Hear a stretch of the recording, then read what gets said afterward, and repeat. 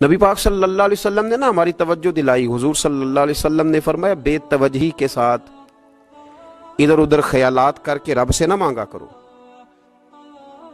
تردد کے ساتھ بے یقینی کے ساتھ نہ مانگا کرو، بلکہ رسول کریم صلی اللہ علیہ وسلم نے فرمایا، یہ حدیث پاک مسلم شریف میں موجود ہے، حضور فرمانے لگے جب رب سے مانگو نا تو اصرار کر کے مانگو.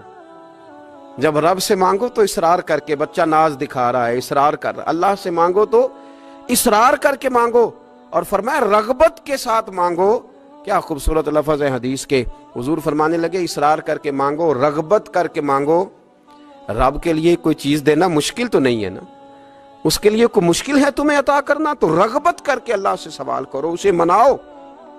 اور خود نبی پاک صلی اللہ علیہ وسلم کا حال یہ تھا. حضرت عائشہ صدیقہ رضی اللہ تعالیٰ عنہ فرمانے لگی کہ نبی پاک دعا رسول اللہ صلی اللہ علیہ وسلم. یہ لفظ ہیں حضرت عائشہ کے. اللہ اکبر. ذرا ان میں ڈوب کر دیکھیے گا، ذرا ان لفظوں میں کھو کر دیکھیے گا ام المومنین کیا فرماتی ہیں.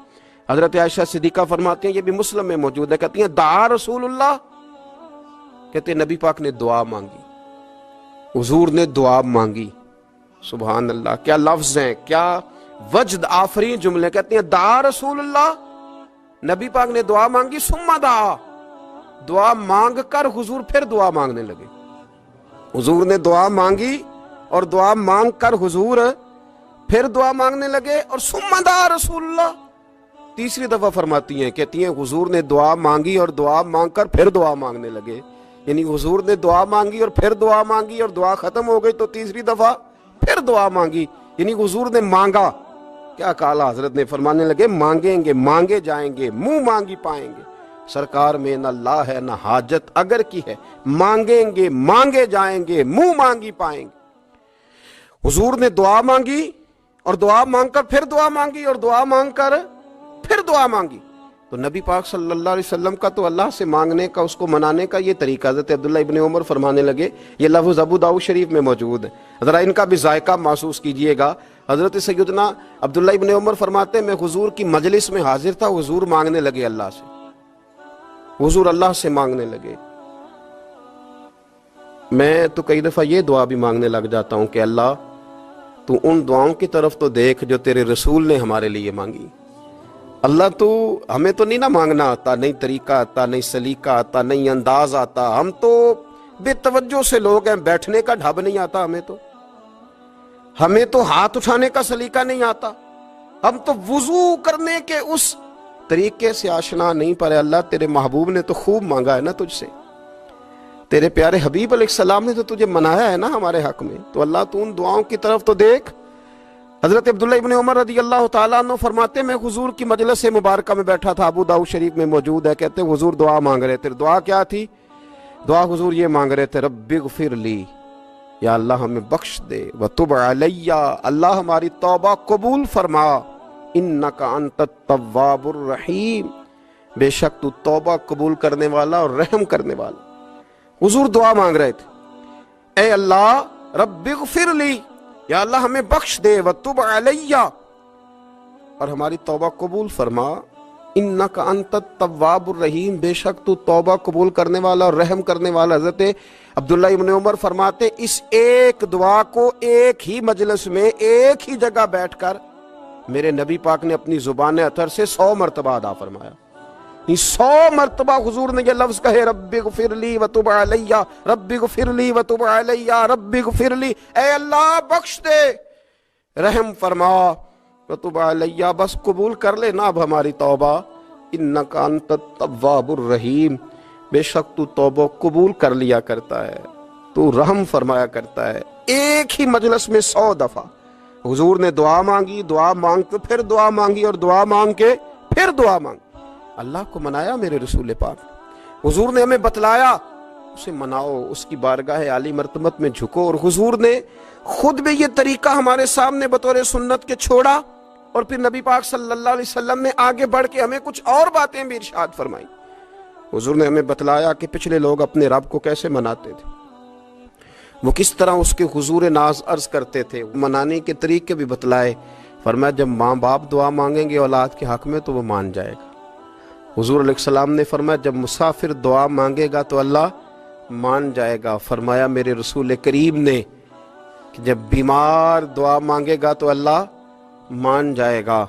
اور سید عالم علیہ السلام فرمانے لگے جب تمہارے ضعیف، کمزور، مجبور لوگ دعا مانگیں گے تو اللہ مان جائے گا. اور حضور نے فرمایا جب تم فرض ادا کر کے دعا مانگو گے تو اللہ مان جائے گا. اور میرے محبوب نے فرمایا جب پچھلی رات اٹھ کے تم اس کے حضور عرض کرو گے تو وہ تمہاری دعاؤں کو قبول کر لے گا، وہ تم مان جائے گا. اور حضور نے ہمیں دن بتائے، فرمایا جمعے والے دن مانگنا مان جائے گا، شب قدر کو مانگ لینا مان جائے گا، شب برات میں دعائیں کرنا وہ مان جائے گا، رمضان کی راتوں میں مانگنا مان جائے گا، قرآن پاک کے ختم کے موقع پر دعا کرنا مان جائے گا. طریقے بتلائے. اب یہ ہے کہ ہم نے تو مانگنا تھا نا اس کی بارگاہ میں، ہم نے تو حاضر ہونا تھا، ہم نے تو جانا تھا. اب ہم نے آگے بڑھنا ہے، اس کے حضور عرض کرنا ہے. حضور نے ہمیں بتلایا کہ مومن متقی ہوتا ہے نا، پرہیزگار ہوتا ہے، تو اس نے کچھ نیکیاں بھی کی ہوتی ہیں.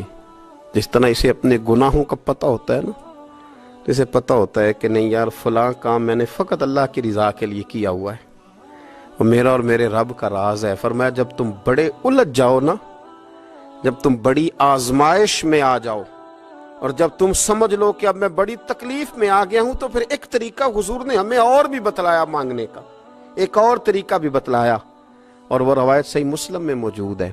راوی حضرت عبداللہ ابن عمر رضی اللہ تعالیٰ عنہ. حضور فرماتے ہیں 3 لوگ سفر کر رہے تھے. یہ آپ اندازہ فرمائیے صحیح مسلم کی حدیث ہے، اور ذرا حضور کے سمجھانے کا ایک یہ رنگ بھی ہے اللہ کو منانے کا، ایک یہ انداز بھی ہے اس کی بارگاہ میں گزارشات پیش کرنے کا. یہ بھی ایک طریقہ حضور نے ہمیں بتلایا.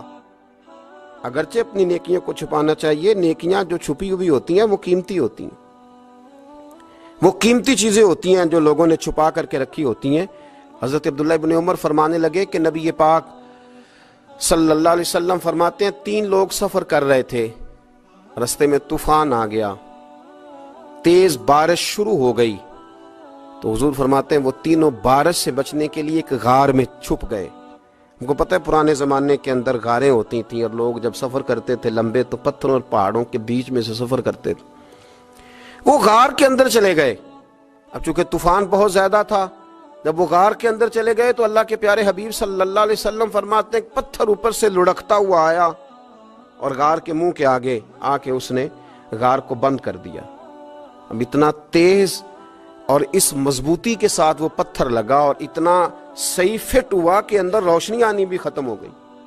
اب 3 لوگ ہیں. تھوڑی دیر تو وہ پریشان رہے کہ شاید اب کبھی بچ نہیں سکیں گے، شاید چاروں جانب اندھیرا ہی ہے اور اندھیرا ہی رہے گا، شاید یہاں سے نکلنے کے لیے اب ہمیں کوئی رستہ میسر نہیں آئے گا. وہ پہلے تو پریشان ہوئے، پھر کہنے لگے یار اس طرح کرو، ذرا غور کیجئے گا میری بات پہ.